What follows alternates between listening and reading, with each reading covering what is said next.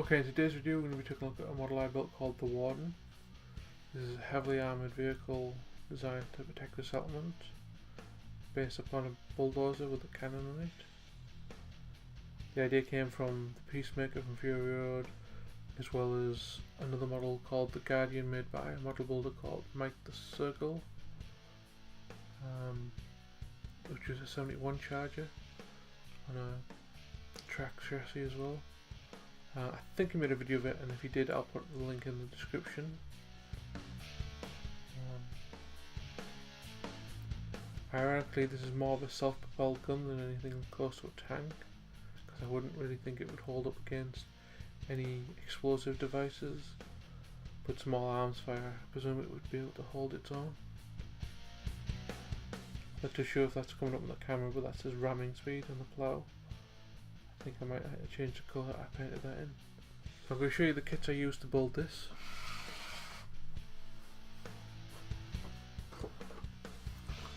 Start with the car. I used the 66 Chevelle station wagon by Revell. Just used the body and the rear brake lights. And the rest of the kit is in here.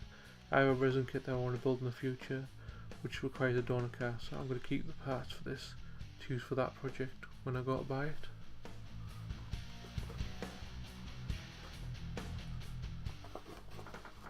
For the track chassis I used the British Chieftain Tank Mark V by Tamiya.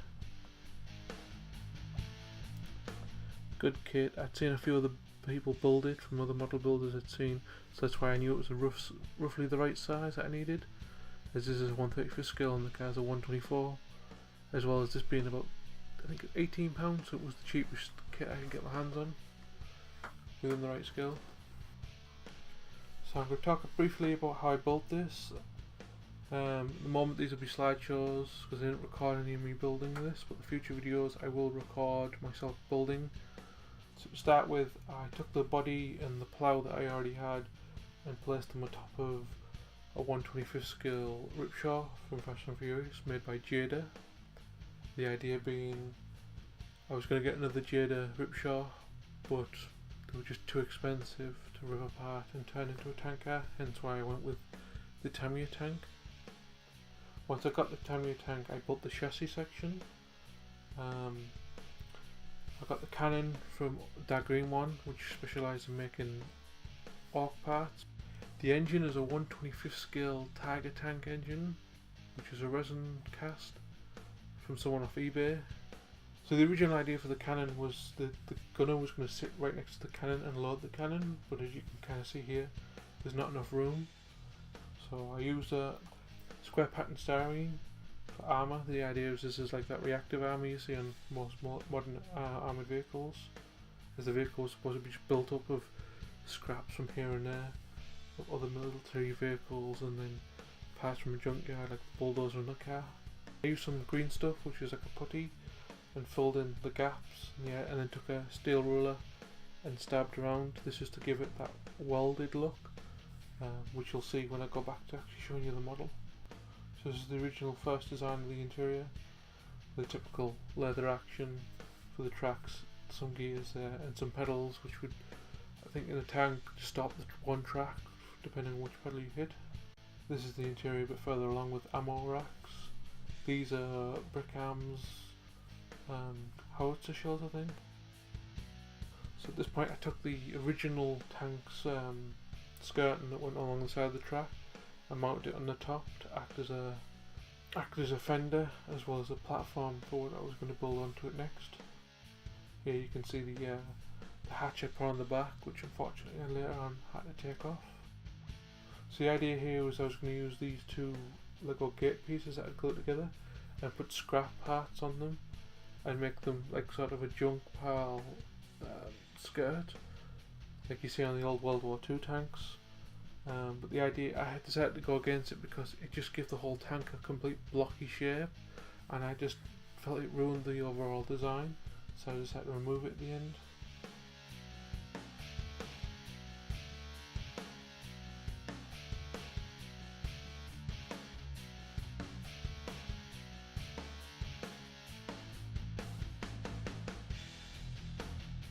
Also put a periscope on, so when the hatches are down at the front, the driver can still see where he's going.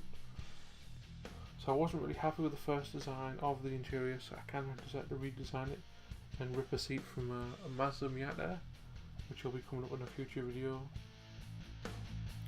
Okay, back to the actual model then. So yeah, as you can tell, I changed the tank track design as I realised when I was looking at actual tank bulldozers, the tracks are quite flat, and it's only like military vehicles that have the sloped at either end tank tracks. So the wheel that was here I removed, and the wheel that was here I removed, which became a great mounting bracket for this plough to make the plough actually look more like it's realistically attached to this thing. There's actually just two solid bars attached to the back of this and to the chassis of the tank here. Obviously I did more railing so someone could climb up and get on the top. Obviously painted it. So I'll give you another. Oops. So yeah, try and show off the gun a bit more. So you can see I've got the fog lights. It kind of look like a face in the front. As you can see here, this is a camera.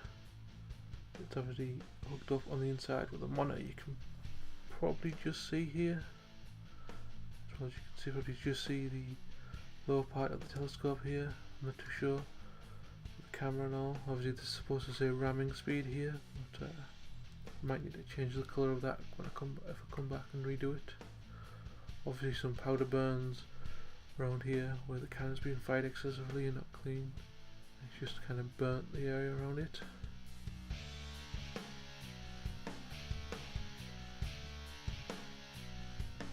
I might just move this a bit.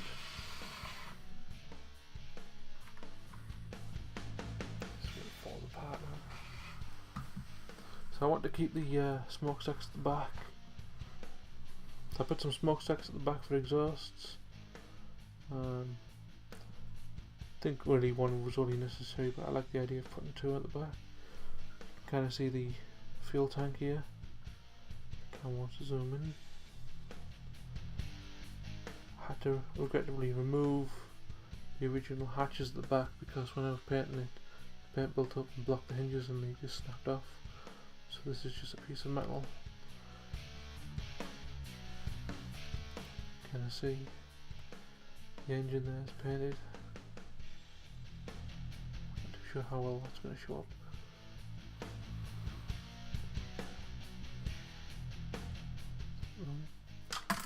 Whatever. I can see that. Can kind of just see in the interior. I'm not too sure what the top does come off, so I'll show you in a minute. This machine gun is a Brick Arms hotch case that I've modified with a box of ammo shield that I've made on this site that came off some orc stuff. See if you can just get a nice looking interior there from that. Like these hatches do work though. This one doesn't work that well with the gun up, like, but you can close it. Right. Luckily though, the body does come off. So as you can kind of tell here, oops, there's some detail in the interior. Obviously, there's actually glass here. As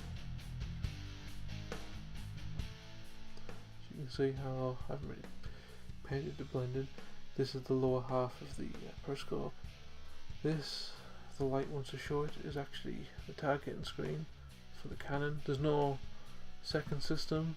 Initially I was going to put like a secondary system in there, but I figured being made of scrap it probably wouldn't have one that would work all that well. So it'd probably only have the one system, and once that filled, the whole thing was filled. Controls to elevate and turn the cannon, because the cannon does have some pitch. I'm not too sure it's the right pitch, but it does have some movement, as you can see. Fortunately, being a hawk and being a resin cast cannon, I can't actually put the shell on the back, and the shells are a bit loose. So if the shells fall out, you know why. There we go. So yeah, there's the controls there. I'm not too sure they're coming up. It's a bit hard to record this and show you. I did scratch up the seat to make it look a bit more worn. The ladder was moved to get in and out of the hatch. The idea is that someone would probably rest the foot on this when they were using the machine gun. I think ideally it'd probably be a crew of 3, driver, gunner, and whoever was brave enough to man that machine gun and be completely exposed. As you can see the cannon there.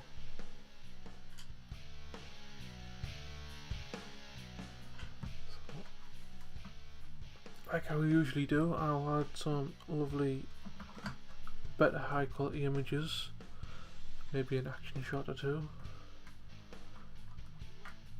at the end of the video, a slideshow at the end of the video, and I think yep. There you go. Yeah, so like I usually do, at the end of the video I'll put a nice slideshow there with some better high quality images on. And hope you enjoyed the video, and I'll see you in the next one.